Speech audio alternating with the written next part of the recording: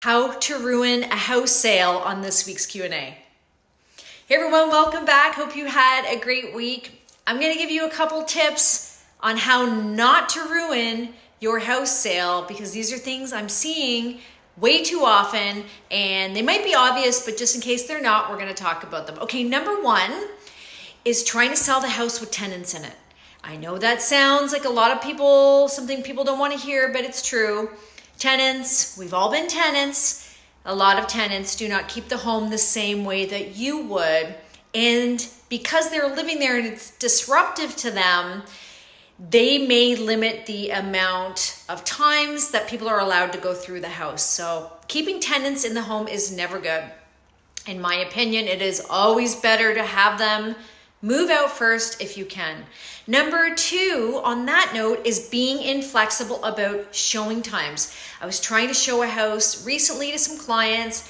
We couldn't get in hardly any times at all. The upstairs was owner occupied. The downstairs had a tenant. The tenant wouldn't let anyone in ever.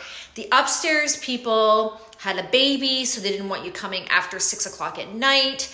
They didn't want you going for periods throughout the day and the weekend, and it was really hard to get into, and it's pretty much impossible to sell a house if you can't go into it. So that's the second one.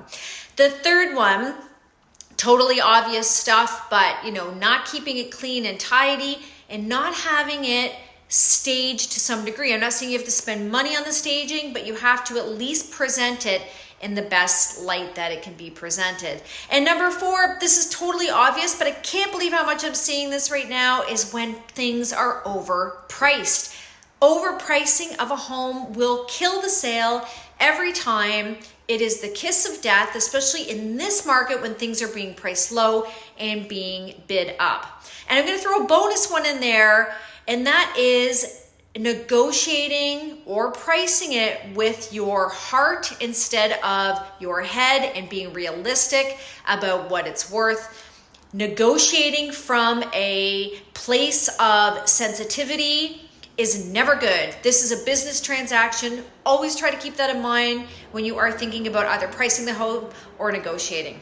So there's some tips for you on how not to ruin your home sale. Hopefully that's been helpful.